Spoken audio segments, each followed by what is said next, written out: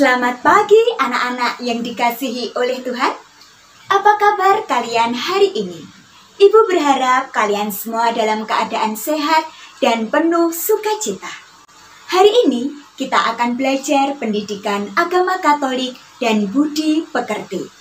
Kalian akan belajar bersama Ibu Kurnia di kelas 4, pembelajaran 11 dengan materi Yesus pemenuhan janji Allah. Anak-anak yang terkasih, mari kita awali terlebih dahulu dengan doa pembuka. Kita siapkan hati dan budi kita untuk berdoa. Dalam nama Bapa dan Putra dan Roh Kudus, amin. Ya Allah yang maha setia, di dalam diri Yesus, Engkau menepati janji yang telah Engkau sampaikan melalui para nabi. Yesuslah Raja dan Juru Selamat bagi seluruh umat manusia. Sebagaimana Engkau setia, ajarilah kami untuk setia terhadap janji-janji kami, sebagai bukti bahwa kami mengasihi Engkau dan sesama. Amin. Dalam nama Bapa dan Putra dan Roh Kudus. Amin. Adapun tujuan pembelajaran hari ini adalah 1. Menjelaskan isi janji Allah yang termuat dalam Perjanjian Lama. 2. Menjelaskan sosok pribadi Yesus yang diungkapkan dalam peristiwa pemberitahuan tentang kelahiran Yesus dalam Injil Lukas bab 1 ayat 26 sampai 38.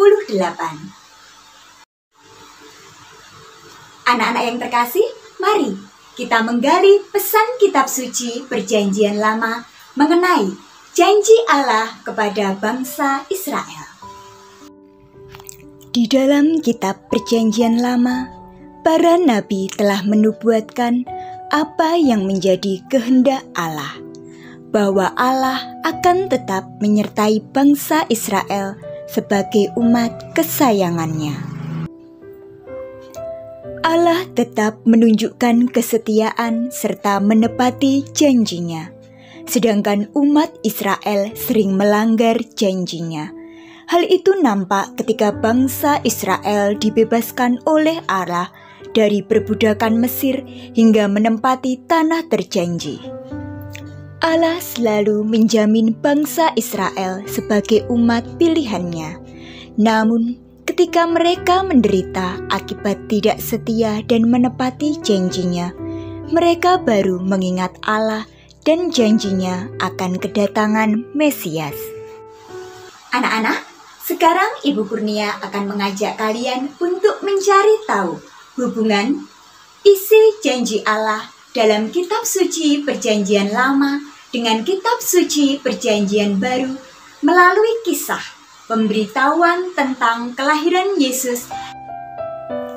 Dalam bulan yang ke-6, Allah menyuruh malaikat Gabriel pergi ke sebuah kota di Galilea bernama Nazaret, kepada seorang perawan yang bertunangan dengan seorang bernama Yusuf dari keluarga Daud.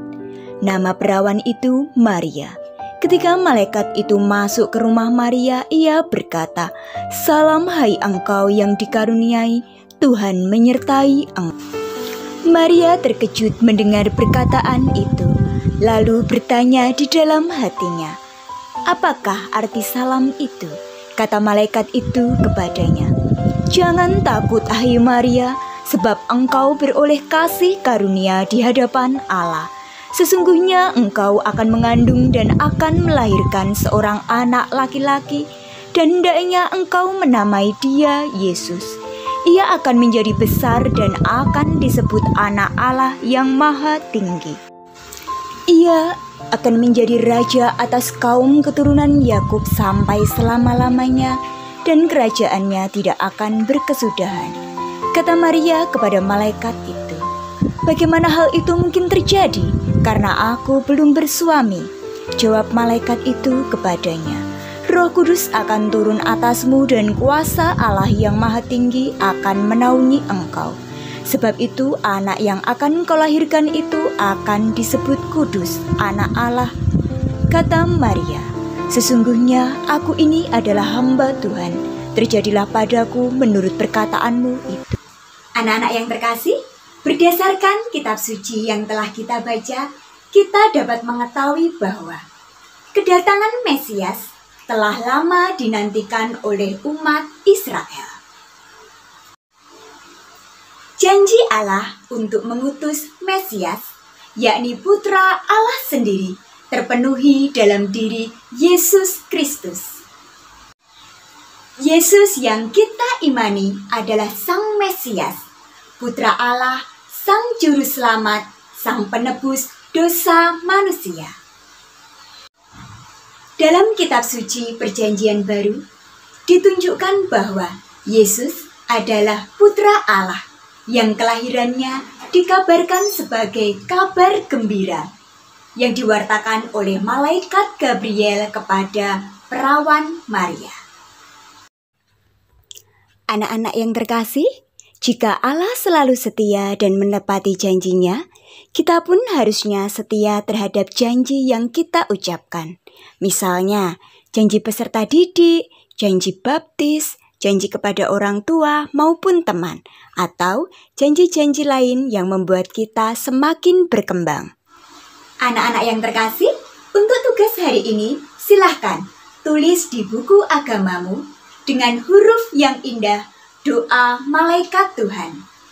Kemudian, doakan doa tersebut setiap hari pada pukul 6 pagi, 12 siang, dan 6 sore. Anak-anak yang terkasih, materi pelajaran hari ini sudah selesai. Mari kita akhiri dengan doa kemuliaan bersama-sama. Dalam nama Bapa dan Putra dan Roh Kudus. Amin. Kemuliaan kepada Bapa dan Putra dan Roh Kudus, seperti pada permulaan, sekarang, selalu, dan sepanjang segala abad. Amin. Dalam nama Bapa dan Putra dan Roh Kudus. Amin.